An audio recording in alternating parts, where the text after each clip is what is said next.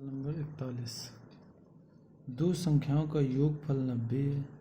यदि उन संख्याओं का अंतर 40 है तो संख्या ज्ञात कीजिए। जब कभी दो संख्या मतलब कोई संख्या ही नहीं पता है तो हमेशा अचर पद मानना है, जैसे x y z या a b c d ऐसे मानना है।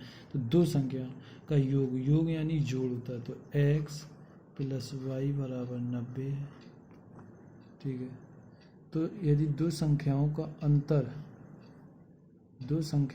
अंतर 40 है, x माइनस वाई बराबर 40 है तो वह संख्या बताएं, यानी x और y बताएं। इनका कहने का मतलब ये है।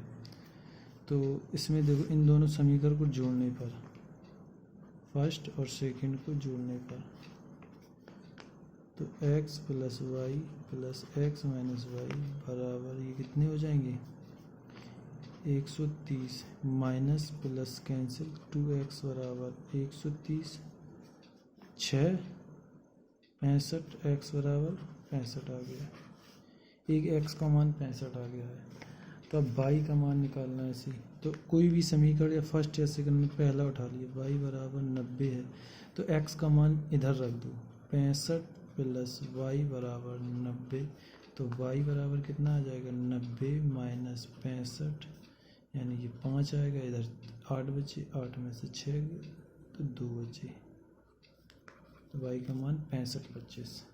देखो 40 नंबर सवाल में 65 25 ऑप्शन नंबर चौथा। 42 नंबर सवाल, किन्हीं दो संख्याओं का योगफल 79 है, उनका अंतर 23 है, हो तो संख्या बताएं। बिल्कुल सेम इसके जैसा ही लगाना है तुमको। आपको किसी दो अंकों की संख्याओं का योगफल 9 है। ये देखो, यदि संख्याओं को, ये ऑप्शन से होगा, 45 घटा दिया जाए तो अंक के मान पलट जाते हैं, तो संख्या ज्ञात कीजिए। उन्होंने कहा है कि संख्याओं अंकों का योग 9 है। अच्छा, ऑप्शन में 6 और 6 3 जोड़ेंगे कितने 9 हो जाएंगे, 6 3 9, 7 2 9 और 7 2 9, मतलब सब में योग ठीक है। उन्होंने कहा कि जब 45 घटाएंगे, अच्छा जब हम 45 किसी संख्या, जैसे हमने 36 से 45 घटाएंगे, वैसे तो घटेंगे नहीं, घटा दिए तो वो ये कह रहे 63 आना चाहिए, कि आएंगे नहीं आएंगे। तो पहला ऑप्शन तो कैंसिल हो गया, क्योंकि 36 में से जब 65 घटाएंगे क्या 63 आएगा, नहीं आएगा, ऑप्शन खत्म। तीसरा देखो, 63 में से 65 घटाने पर 36 आना चाहिए, क्योंकि उन्होंने पलट जाए, तो घटा लो। 13 में से 5 गई, 13 3 इधर चली गई और 2 8 बची, कहीं नहीं आ रहा, 18 आ रहा।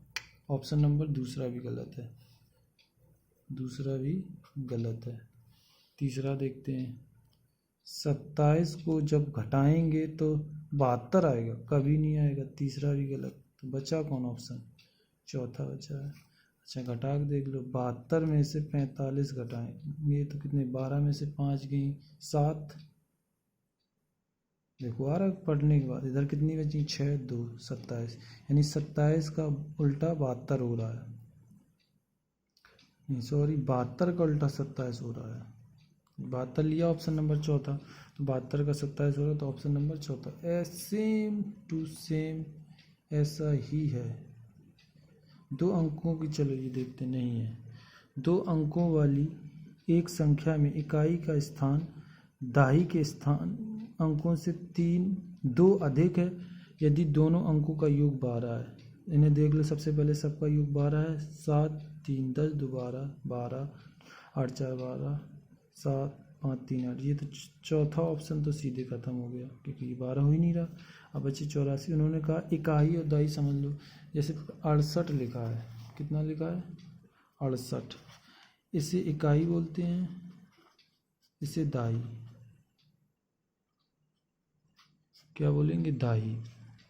तो उन्होंने कहा है कि दाही का स्थान अंक से 2 अधिक, इकाई का स्थान दाही के अंक से 2 अधिक है, यानी दाही जो अंक है वो अधिक है किनसे,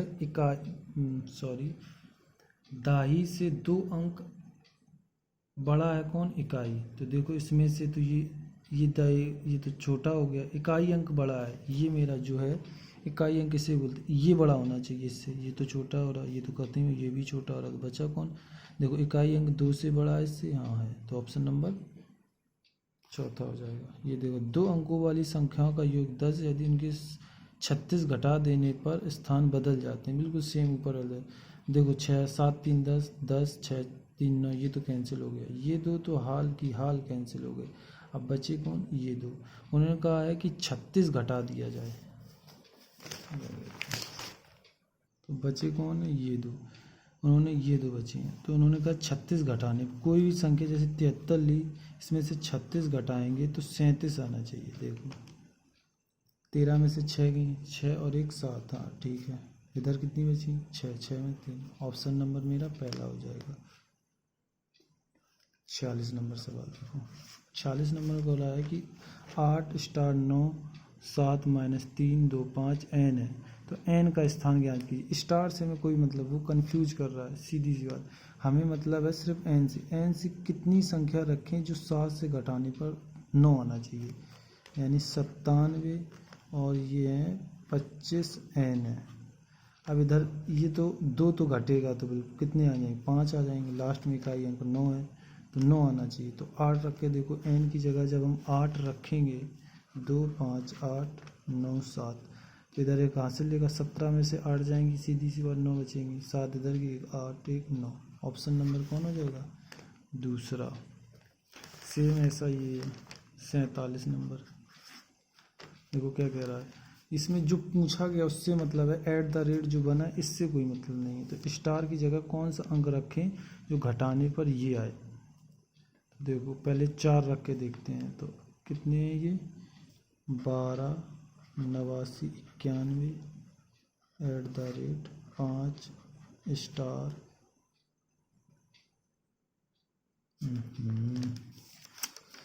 12 89 91 2 स्टार 5 एट द रेट, ये इतनी संख्या है, तो इस जगह क्या आएगा, एक हासिल ली 11, 11 में से 2 गई, कितनी बची 9, ये ठीक है, ये तो आ ही जाएगा। अब 8 आ गई, यहाँ कितनी जो 5 आने चाहिए, तो यहाँ कौन सी संख्या रखें तो जो 5 आएगा। अच्छा 3 रख के देखें, 3 से 6 जाएंगे, 4, हाँ 4 आएगा, कौन आएगा 4, जब इसमें 4 रखेंगे, 9 में से 4 जाएंगी तो 5 बचेगा, तो स्टार का मान कितना हो जाएगा, यहाँ कितने रखे थे 4, तो स्टार का मान कितना हो गया 4, ऑप्शन नंबर चौथा।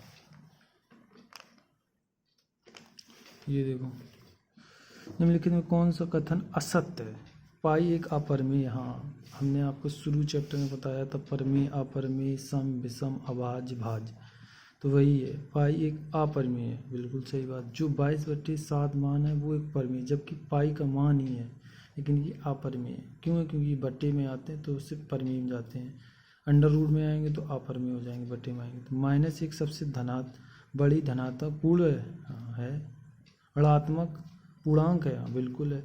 तो सबसे छोटी अभाज्य संख्या 3 है, 2 होती है, कितनी होती है 2, ये कितनी बता रहे 3, देखो 49। निम्नलिखित में कौन सा कथन सत्य है, 2 सम संख्याओं का योग सम होता है, देखते हैं भाई उन्होंने क्या कहा है।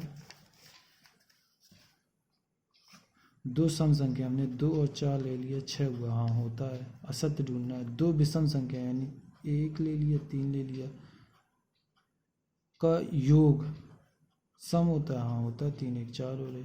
2 विषम संख्या 1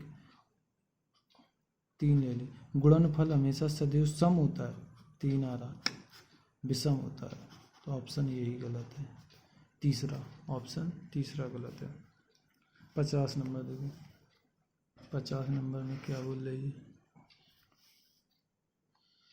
कि 3 अंकों की बड़ी से बड़ी बोल दे, दिमाग में 9 आए, छोटी से छोटी बोल दे 0 आए, ठीक है।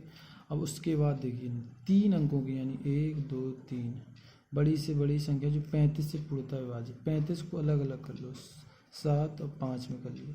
अब देखो 5 का रूल क्या कहता है कि लास्ट में 0 होना चाहिए, इसमें भी है इसमें भी है, इसमें 5 0 या 5 होना चाहिए, तो इसमें तो है नहीं, ऑप्शन नंबर ये तो कैंसिल हो गया, बच्चे ये दो। अब 7 से भाग दे के देख लें, 7 एकम 7, 2 बचे, ये नहीं कट रहा, ये तो कैंसिल हो गया, 7 एकम 7 2, 7 चौको 28, ये कट रहा है, 7 एकम 7, 2 बचे, 7 चौको 28, 1, ये भी नहीं कट, ऑप्शन नंबर तीसरा हो जाएगा। 51 नंबर सवाल देखो, इसमें निम्नलिखित कौन सा कथन असत्य है? कौन सा कथन असत्य है? एक धनात्मक परिमेय संख्या का गुणनफल विलोम धनात्मक होता है, बिल्कुल सही। शून्य का कोई व्युत्क्रम नहीं होता, हाँ, का व्युत्क्रम कर लिया, शून्य को का व्युत्क्रम करिए। किसी परिमेय संख्या इसके गुणात्मक विलोम का गुणनफल 1 होता है, बिल्कुल सही बात है। शून्य सभी संख्याओं का गुणनफल विलोम होता है, ये गलत है, ऑप्शन नंबर चौथा गलत है।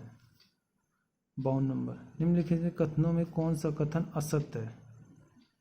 देखो, किसी भी परिमेय संख्या का निरपेक्ष मान धनात्मक नहीं होता है, चलो देख रहे, ये शंका में है, यह भी शंका में। किसी भी परिमेय संख्या का निरपेक्ष मान ऋणात्मक नहीं होता है, ये तो ठीक है। 0 का निरपेक्ष मान 0 होता है, ये भी सही है। -5/8 का निरपेक्ष मान 5/8 होता है, हाँ, ये भी सही है, तो ऑप्शन नंबर पहला ही गलत है। अब थैंक यू, धन्यवाद। चैनल को सब्सक्राइब करें।